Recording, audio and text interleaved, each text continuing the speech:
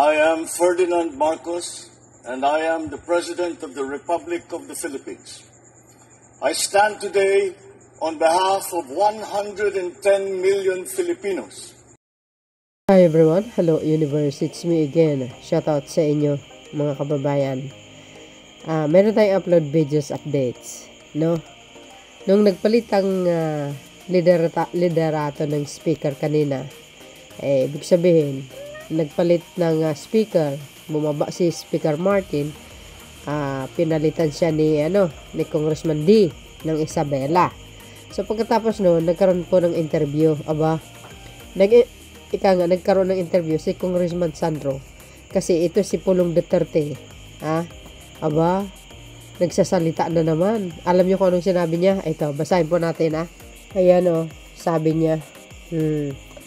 Lagi natin so ito mga kababayan, sinabi ni Pulong, look who's talking. Ito si sindikato na ito sindikato ng Triad, 'di ba? Kala mo napakalinis nito. Ang kapal ng mukha nito no? Kinain niya siguro yung 51 billion. Laki nun, 3 years lang, 51 billion. Grabe, matindi. Dapat imbestigahin yan Nagsalita siya. Ito yung sinabi niya. Nagpalit ng liderato. Ano to? Isa na namang cover up, move, palit lang ng muka, pero parehong bulok pa rin ang sistema. Bakit? Kailan naging maganda ang sistema ng pagkatao mo? Sige nga.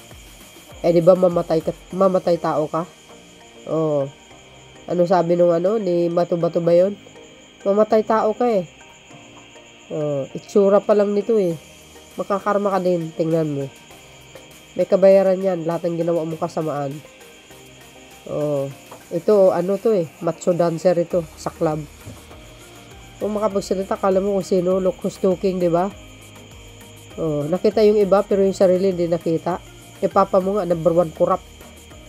Diba? Kung sino-sino na lang ang ina-assign. Hindi mo kini-question yun. In-assign niya si Michael Yang na drug lord. Yung papa mo nga, protector ng drug lord hindi mo nakikita yun. In-assign yung Chinese. Alam mo, bawal sa batas. Kapal naman ang apog nito, no? See? Tama na ang panluloko. Sino bang nanluloko sa mamayang Pilipina? Di ba kayo? Tigilan na ang palabas.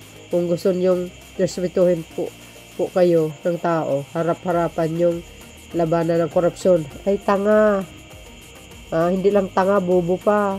Sorry sa words ko.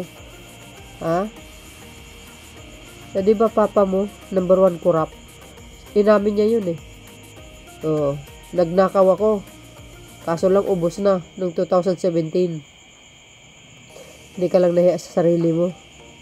Yung kapatid mo nga hindi niya nga maipaliwanag yung 612 billion 125 11 days lang. Kaya nga na-impeach Ngayon wala sang explanation. Hindi in-explain. Para sa akin lang corrupt yun. Yan ang sinabi niya walang sacred scroll, walang cover up, walang atik-atik. Kung hindi kayo kayang linisin ang sarili nyo, mas mo pa umuwi na lang tayong lahat. Lumayas ka, diba? Kung ako sa'yo, mag-resign ka na lang. Dapat kay Pulong mag-resign. At least si Speaker Martin may delikadesa. Itong magkapatid na Duterte, puro dilihin siya ang ginagawa sa kabanang bayan. Di ba? Anong pakialam mo kung magpalit ng liderato? Ikaw nga tamad ka, hindi ka nga nagtatrabaho Puro ka na sa dahik. Nagtatravel ka around the world. Kung pa mo magsalita ka, kala mo kung sino. Putsa. Lalaki lang ako to. Hamunin ko ito ng suntukan talaga Oo, totoo yun. Sa totoo lang, kung lalaki ako, hamunin ko ng suntukan ito sa lunita. Boxing kami talaga. Ayan Anong atik-atik? Atik-atik sa imong mata? Kahilas ni mo, no? Talawan ng mga to Hanggang salita lang. Oh, 'di ba? Mga ano 'yan eh, mga talawan 'yan eh. Bilib ako dito sa mga ano to. Itong mga dutain na ito eh. Ang lakas loob magsalita eh. Samantalang eh, yung mga pinagsasabi nila eh, bumabalik sa kanila. Kumbaga, yun ang pagkatao nila. Yung bawat sinasabi nila, pagbibintang sa kapwa, sa kanila po yun. Gawain nila yun eh. Cover up. Anong cover up? At least, bumaba si speaker, na may delikadesa, eh ikaw, nandiyan ka pa sa pwesto, ang tamad-tamad mo pa. Hindi ka nga pumupunta sa house eh. Hindi ka nga pumapasok eh. Oh. 'Di ba? Dapat ikaw mag-resign ka, pati si Sarah. Oh, pareho kayong dalawang mamatay tao, sa totoo lang. So yun. Kaya dahil dito sa kanyang sinabi, mga kababayan, eh sinagot siya ni Congressman Sandro. Oh, 'di ba? Nasupal pala siya. Oh, kumbaga napitik yung kalamnan nito. Oh, ito kasi masamang damo to eh. Sabi ni dating Senator Trillanes, sindikato ito eh. Oh, yan si Pulong Duterte, sindikato yan. Membro ng triad yan. Sino nagsabi? Si Las Cañas. Membro naman talaga sa sindikato yan. Kaya dapat dito lumayas na eh. Kung ako ang house, dapat mag-resign. Oh, 'di ba? Bakit hindi gumawa ng batas ang House of Representatives? Yung batas na bawal mag-absent. Oh, 'di ba? Oh, pag sobra-sobra na mag-absent, hindi nagpapakita, hindi nagtatrabaho, dapat tanggalin. Ma-expel sa posisyon.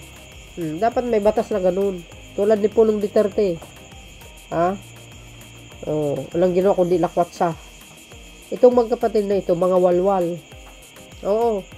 Itong magkapatid na Duterte, walwal ang mga yan. Pero nagsisweldo sila ng galing sa taong bayan. Kakahiya talaga oh. Sobrang nakakahiya. Si Sara Duterte dapat mag-resign. Walang delikadisa yun eh. Puro dilihin siya sa bulsa. Oh, yan sila. So, ito, para kompleto detalyado guys, panoorin nyo si Congressman Sandro. But before that, don't forget to like, hit the button bell para lagi kayo updates. Okay, follow me guys. Baboos! Eto na. Wait lang sir ayusin lang po. Sorry. It's okay. Okay na? Yes, go ahead sir. Yeah, again, good afternoon everyone. I thought this would be an opportunity, good one, to face the media and update you all as to the goings on of the House. I think it's no secret as to what transpired. The vote for the speakership is currently ongoing. I just cast mine for Congressman Faustino Bojoy III, being the lone nominee for Speaker of the House. So why Bojoy?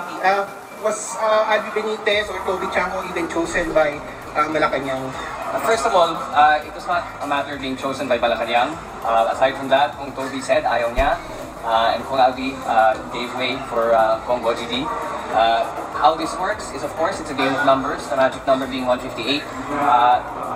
Kinausap at tinanong po namin ang mga party leaders kung sino sa tingin nila ang pwede maging speaker kapalit ni Speaker Martin Romualdez. At ang pangalan na lumabas lagi ay ang pangalan ko kay Congressman Bojoy. We are a collegiate body. The Speaker is Primus Inter Pares and he serves at the pleasure of the majority. So, nung lumabas po ang pangalan ni Congressman Bojoy, yan po ang nominate bilang Speaker of the House. Sir, sabi ni Pulong Duterte, cover-up move na naman daw po ito. Kayo daw po yung pumili kay Bojoy. Ano po? What did you Sabi say? ni Pulong Duterte, cover-up move na naman daw po itong pag-resign ni Speaker, tapos kayo po pumili kay Bojoy. Naku ma'am, baka style ngayon nung anak siya ng Pangulo. Pero I can assure you that we are consultative with all the party leaders. Pwede mo silang tanungin. We met for plenty of weeks. Kung nagpakita sana si Kong Pulong dito sa trabaho at sa session, baka makikita din niya. But I'm sure he's busy looking for the 51 billion that was spent in his district. Pero kung ano sinabi ni President Marcos nung magkaroon ng change of leadership dito sa Actually, hindi pa kami nag-usap. The last time sinamahan ko, nakita kami ni Pangulo was nagsama, humingi si Speaker Martin ng meeting kay Pangulo.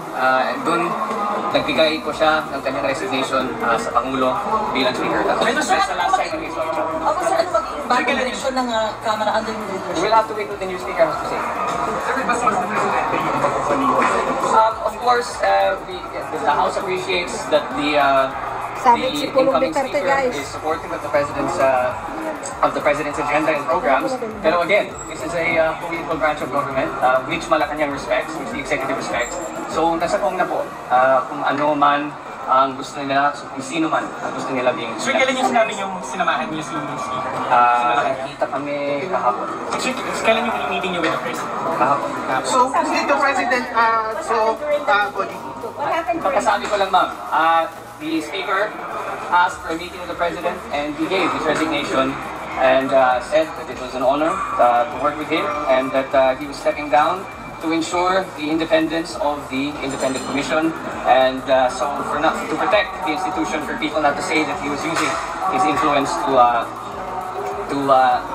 influence the ICI. Sir, following the resignation of Speaker Romualdez, what will happen to Saldico? The President did not ask the House. No, he offered to step down. Sir, wala po bang, would you say na hindi naman nawala ng tiwala yung mga House members kay former Speaker Romualdez? He had the numbers. Simple lang yun. Kung nasa iyo yung numero, you have the speakership. He had the numbers. Sir, ano naman gagawin ng House leadership kay Congressman Saldico na hindi uugnay din sa mga anomalya sa budget? I am gonna be the first one to tell you that he should come home and face any and all allegations against him. Will you force him to come home? I don't know if that is something you can do as a body, but again, I think he should come home and face allegations against him. If not, Too severe, and it's dragging the house under. It's dragging the house in the mud. if not, will that be enough for him to face the ethics committee? It might be. Yes. I mean, there's a precedent for it. Mukhang Arnie Teves did the same. So did you try to convince Speaker not to step down?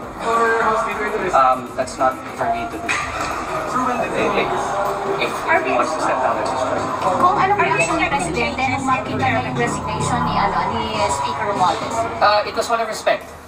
Dahil nakita niya that he was doing it to save the institution and to give way for the independent body to have a fair and thorough investigation. How did you feel about it? How did I feel about it?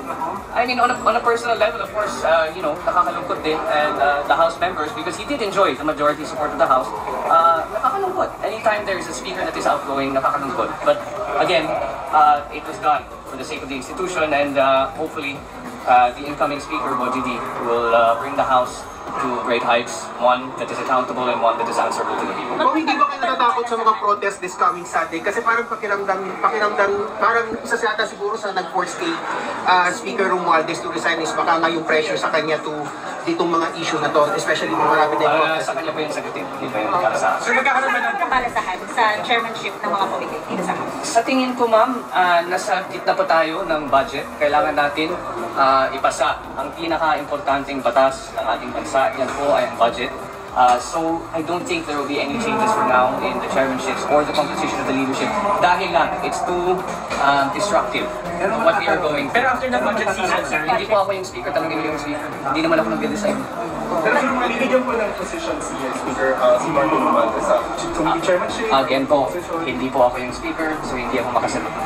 So, no changes until matapos yung budget? Ano po? No changes po sa committee chairmanship? Hindi kaya ma'am. We start plenary debates on Monday. Hanggang madaling araw yan. That's the end. And then there are no committee hearings actually. We don't do committee hearings during the plenary debates, but all members are encouraged to be on the floor. So kung walang committee hearings, wala namang kailangan baguhin in terms of the composition of the chairmanships and the leadership of the House. So your comments sa sinasabi ni Representative Marcoleta na parang cosmetic lang daw to, na kailangan daw ng House ay institutional change. Okay lang yan. That's his opinion. I respect that. Pero, do you think, sir, enough po yung resignation? I'm sorry? Yung moral ng House na was Well, again, the House has been under fire for the past few weeks. So obviously morale is low. But I'll be the first one to tell all of you, some of that blame is deserved and warranted.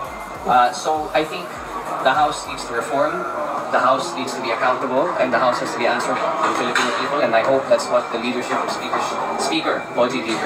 Do you think yung resignation of Speaker Romualdez will pacify the outrage of the public sa corruption? I don't know. That's not for me to answer. Pero yung mga lagi na continue, yung reform sa budget process, would it be? Of course. Hindi naman, wala naman yan sa Speaker, that's for the whole institution.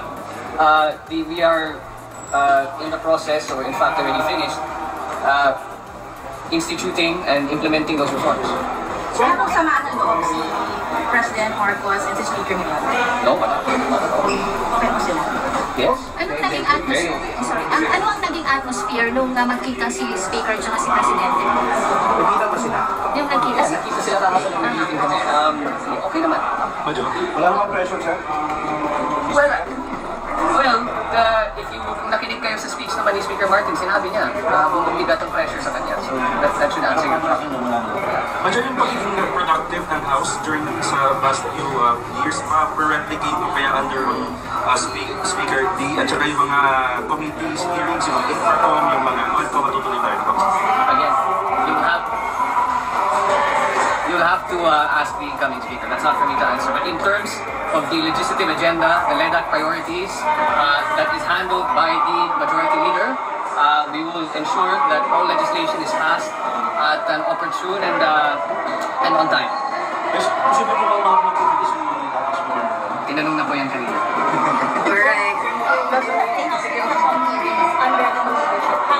Again, you will have to ask the incoming Speaker. That's not the call of the Majority Leader, that's the call of the incoming Speaker. Kung of course, medyo problematic pa rin talaga ang House. Kasi English na lagi, sinasabi, sabi natin, buwaya. Do you think the new Speaker would resolve these issues na ang These reforms have to be institutional. And these reforms will not happen overnight. Mga kababayan, narinig nyo?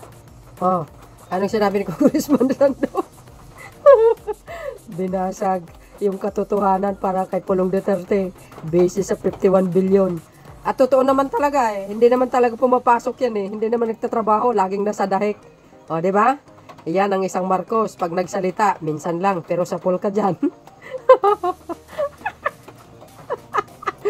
Ang galing niya magsalita, straight to the point, walang kopya, lahat-lahat. Alam niya, kasi ito parang full stock knowledge ito talaga si Congressman Sandro. Kaya bagay na bagay talaga magpresidente pagdating ng panahon. Galing talaga kung sumagot. At ang alam na alam niya ang kanyang sasabihin. Ilang taon na ba si Kong? 36? 36 ba? Ay, 32. Bata pa. Oo, bata pa. So, diyan ka rin, no? Ang isang tao kasi, pag professional at very classy ang galaw, ganyan talaga magsalita. The way na sumagot siya, makita mo sa kanya yung move. Lahat, maingat na maingat sa mga sagot niya. At lahat yan may basihan. Ganun dapat ang isang mambabatas. Si Barsaga. Di ba? Dapat sa House, bawal ang baliw doon Yung may sayad na ugaling askal, bawal doon.